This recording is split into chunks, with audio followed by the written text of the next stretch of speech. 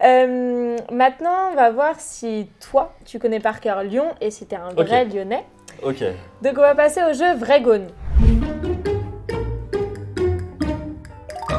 Déjà, est-ce que tu sais ce que c'est un gone? Ouais. Okay. Donc, on a 6 questions. Je vais te poser la question, je te donne 3 réponses. Tu choisis celle que tu penses être la vraie. Ok.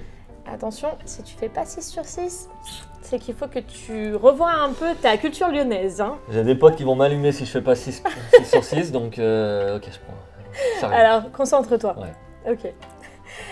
Bellecour, pardon, est la plus grande place d'Europe. Vrai, faux, ou c'est la plus grande place d'Europe piétonne seulement? Lyon est la plus grande place piétonne d'Europe. Bien joué. Donc c'est pas la plus grande place d'Europe, mais juste seulement la plus grande place piétonne. Un sacré piège, merci. Mais non. Le jardin des curiosités a été offert à Lyon par une autre ville, lequel? New York, Montréal ou Londres?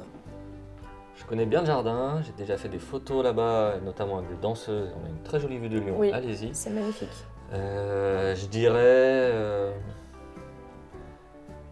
je mettrais une pièce sur le Canada, Montréal. Bien joué et... Ouh là là, bravo.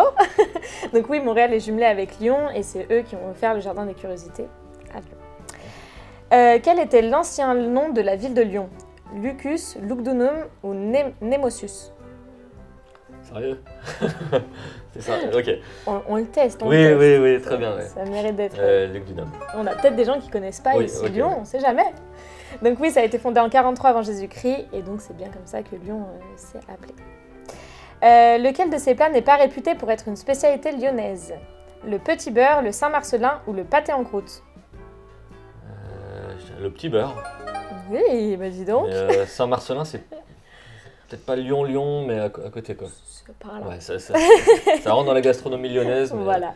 Mais non, mais le petit beurre, c'est une spécialité nantaise. Donc, ok. On est quand même, je vais pas dire en Bretagne parce que je vais me faire un peu taper sur les doigts, mais on est par là-bas. Embête les Bretons, tu dis que ça fait partie du même, la même chose. Combien de fleuves traversent Lyon? 1, 2 ou 3? Rhône-Saône, ça fait 2. Est-ce qu'il y a un troisième? Une petite rivière, un petit torrent, mais non, 2.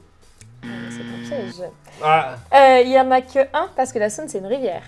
bah voilà. Pas considéré comme un fleuve. Ah, voilà. Non, mais il fallait une erreur.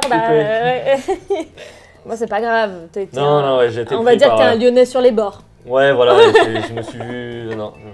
C'est pas grave, t'étais trop lancé dans ta victoire. Ouais, exactement. Ouais. Comment appelle-t-on les restaurants traditionnels de Lyon? Les tablés, les gargotes ou les bouchons? Bouchons. Bien joué, les bouchons lyonnais. Donc ça vient d'une tradition qui consistait à accrocher une botte de branchage appelée brouche à l'entrée des établissements lyonnais. Ok, ça par contre, je sais pas. Pour la petite note de culture. Et ben on a fini avec ce jeu. 5 réponses sur 6, c'est pas mal. Non, c'est pas mal, c'est pas mal. C'est pas mal. Pas 100% lyonnais, mais on va dire à 90. Bon, j'ai honte quand même. Ça va. En même temps, ceux qui pourraient me critiquer seront les premiers à se planter. C'est possible. Non, le fleuve, j'avoue que c'est quand même complexe. T'as raison, il y a la Rhône et la Saône. C'était un petit piège. Et ben écoute, je te remercie d'avoir participé. C'était vraiment génial.